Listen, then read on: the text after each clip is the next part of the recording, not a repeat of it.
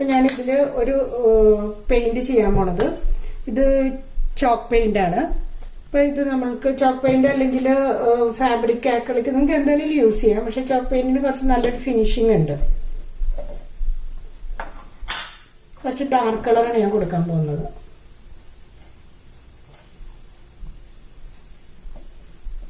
ഇത് ബോട്ടിൽ കംപ്ലീറ്റ് ആയിട്ട് ചെയ്യുവാണേ. ഇതിപ്പോൾ നമ്മൾക്ക് ഞാനിപ്പോൾ ഇത് പെയിന്റ് കംപ്ലീറ്റ് ചെയ്തിട്ടുണ്ട്. ഇത് മാറ്റ് ഫിനിഷ് പെയിന്റ് ആണ് കേട്ടോ. മുഴുവനായിട്ടും വേണ്ട, നമുക്ക് ഏകദേശം ഇത്രയും ഏരിയയിലേക്ക് മാത്രം മതിയാവും. പിന്നെ നമ്മൾക്ക് താഴേന്നും അതുപോലെ തന്നെ ചെയ്ത് കൊടുക്കാം.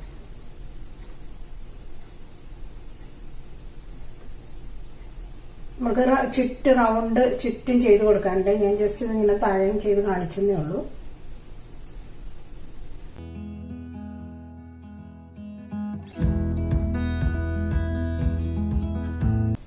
നമ്മൾ വരച്ചിട്ടൊന്നുമില്ല, നമ്മൾ ഓരോ പെറ്റലായിട്ട് ഉണ്ടാക്കി കൊടുക്കുകയാണ്. ജസ്റ്റ് ഇങ്ങനെ വെച്ച് പോയാൽ മതി. വളരെ എളുപ്പമാണ്.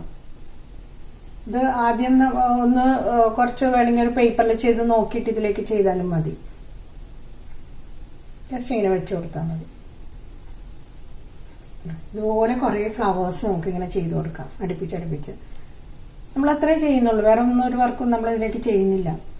വളരെ എളുപ്പത്തിൽ ചെയ്ത് വെക്കാം. കുറച്ച് സമയവും മതി. നമുക്ക് ആ പെയിന്റ് അടിക്കുമ്പോൾ ഉണങ്ങാനുള്ള ഒരു ഗ്യാപ്പ് കിട്ടിയാൽ മതി.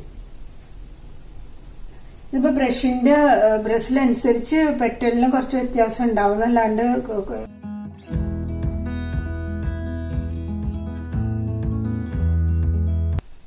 ഇതിന്റെ മിഡിലൊന്ന് കുത്തി കൊടുക്കാനാണ്. ജസ്റ്റ് അതിന്റെ എല്ലാത്തിൻ്റെ മിഡിലിൽ നമുക്കിതിങ്ങനെ എല്ലാം കൊടുക്കാം.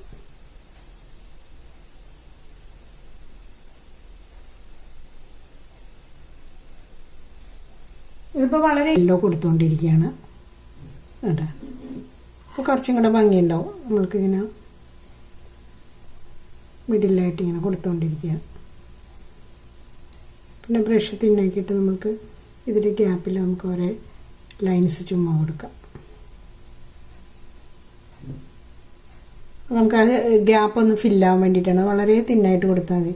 തിന്നായിട്ടും കൊടുത്താൽ മതി, വളരെ ലൈറ്റായിട്ടും കൊടുത്താൽ മതി. അത്ര ഹാർഡായിട്ട് വേണമെന്നില്ല. ഇപ്പോൾ ഫില്ല് ചെയ്യാനായിട്ടാണ്. എല്ലാം വെച്ചിട്ട് ചെറിയ ഡോട്ട്സ് ഇട്ട് കൊടുക്കാം.